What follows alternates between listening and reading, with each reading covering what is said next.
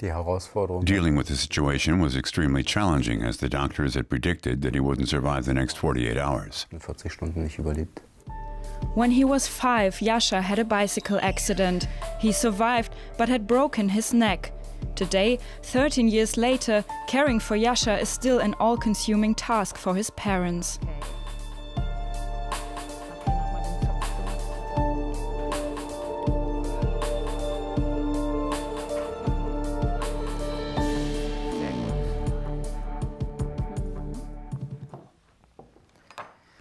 Sunday breakfast at the Behrendts family's home in Kassel, Germany.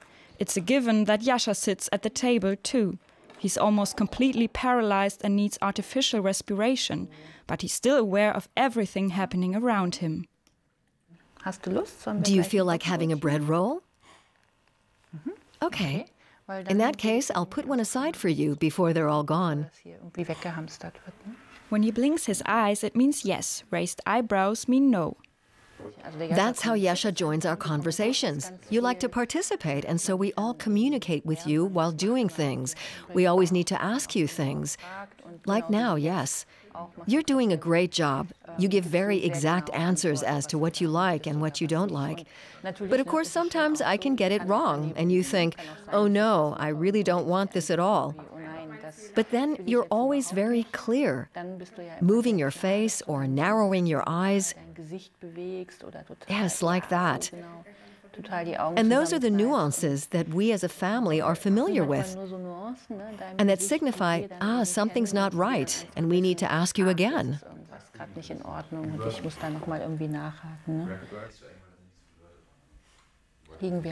Do we usually get it right when we ask you something, or? He said yes. That was Jascha's opinion on this. Jascha's cognitive skills have not been impacted, but he can't breathe or swallow on his own and can only see well up close.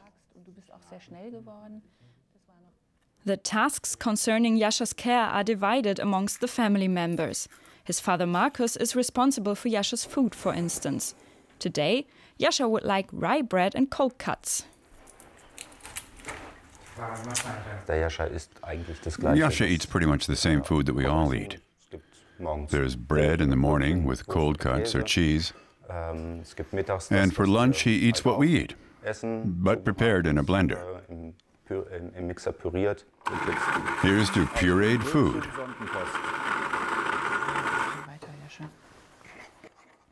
Using a tube, the blended food lands directly in Jascha's stomach.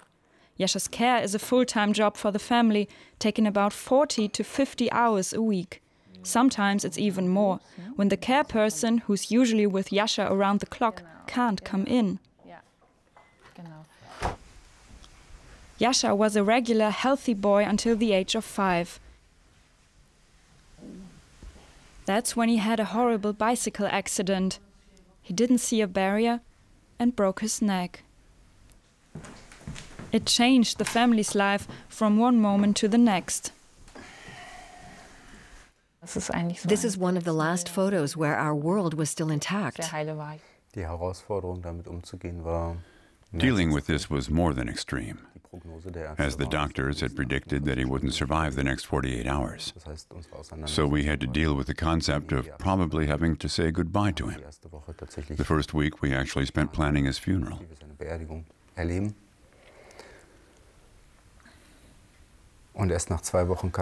2 weeks later, we were told that we should start with early rehab training, because it was apparent that he was not doing what the doctors actually expected.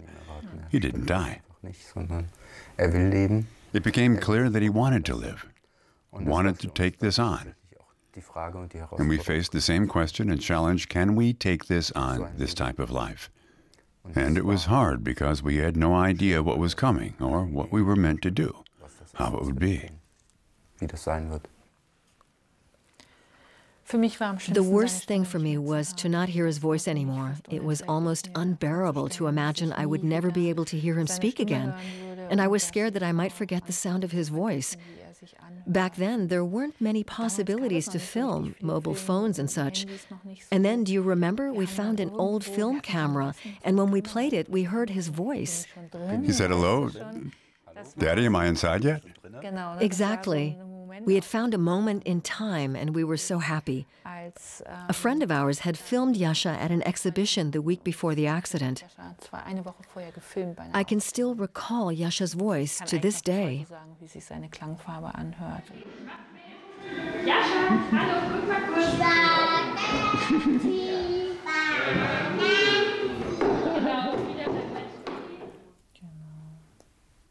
Das macht einfach ganz viel für heute auch noch. It's really helpful, even today, to see it and to know that he's a patient, modest person and a really lovable little rascal. Und ein unglaublich liebenswerter Fratz. Christine Wagner-Behrendt is here at the accident site, a sloping bicycle lane.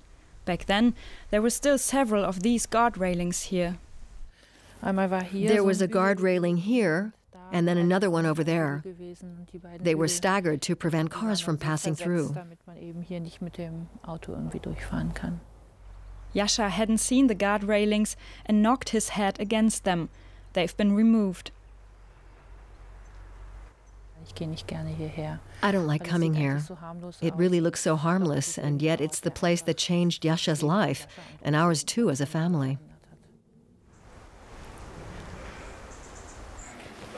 Back home again, Christine notices that there's a leak in the oxygen storage tank. An empty tank would be life-threatening to Jascha. Yes, the display is already at red, so even though it's Sunday today, we won't manage until tomorrow. We urgently need new oxygen.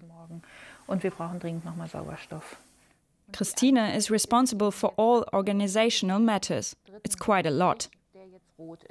I often notice that others next to me are already quite anxious and upset, and I just don't have the time or strength for that. I just realize that I need to keep calm and keep on functioning, even if it's Sunday and I'd just like to sit down and read something and relax for a moment. Instead, I'm busy organizing it all. Luckily, the new oxygen tank is delivered 2 hours later.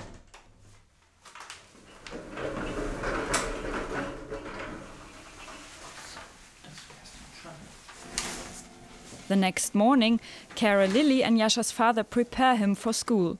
It can take up to an hour.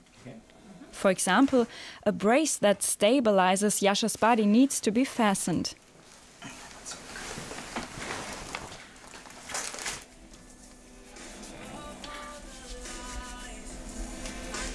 Okay, und auf geht's. 2.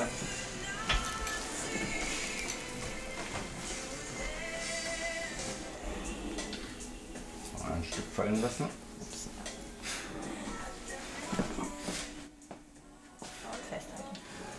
Using a special machine, Jascha is then transferred from the bed to his wheelchair. Such equipment is expensive. The cost is covered by health insurance.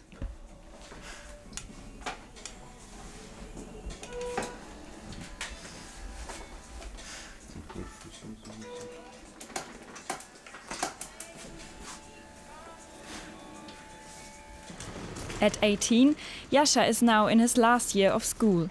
In school too, he's always accompanied by a care person. One of the most important tasks is regular saliva suction.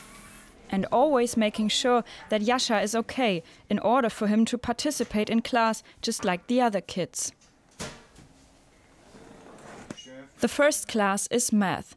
Teacher Thomas Scheuer is teaching the students fractional arithmetic. Due to Jascha's impaired vision, he needs to see the math problems up close. Look, we've got 1 1/4 here. And we had 4 in total. Jascha learns just like the other students do. There are simply certain things to consider to prepare the lessons a little bit differently. For example, with this blackboard, which is used to depict everything very clearly and vividly. While Jascha is in school, his mother Christine works in her own organization called Intensiv-Leben, founded by Markus and herself. She advises other parents with children in need of intensive care. Despite caring for her own child non-stop, working was important to Christine, who's trained in palliative care. But she's been criticized for this. I think that some people don't understand my motivation, why I'm active in this field, which is also a part of my life. But it was precisely that when I was merely an affected mom. I often felt powerless, helpless, especially when things weren't going well. And now, working in this field, to be able to look for solutions, that really appeals to me. While their mom is at work, sisters Clara and Frida are busy in the kitchen. 10-year-old Clara can cook some dishes on her own. Well, the kids I know, they don't actually cook themselves. The parents always do. But I also cook sometimes. When I'm back from school, I make either mashed potatoes or noodles with tomato sauce. And then I go upstairs and tell Mom and the others that the food is ready. For the sisters, it's normal to help out. They don't feel disadvantaged through Jascha.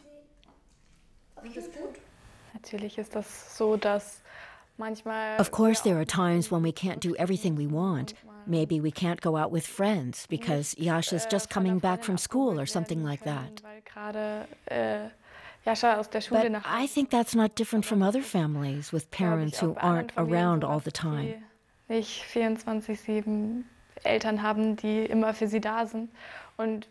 Our parents always make sure that we're treated equally. Every problem is addressed. So I don't think you can call that being disadvantaged at all. Jascha returns from school. Clara shows her brother what she did in school today. Look, it says butterfly workshop here.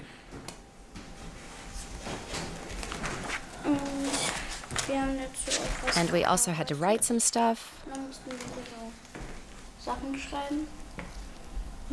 And in between, we had to read some stories. In the evening, the three siblings want to watch a series together. The family is currently thinking about whether Jascha could move into an inclusive flat share. After all, he's of age now. But everyone is still happy to have him around, no matter the hardships.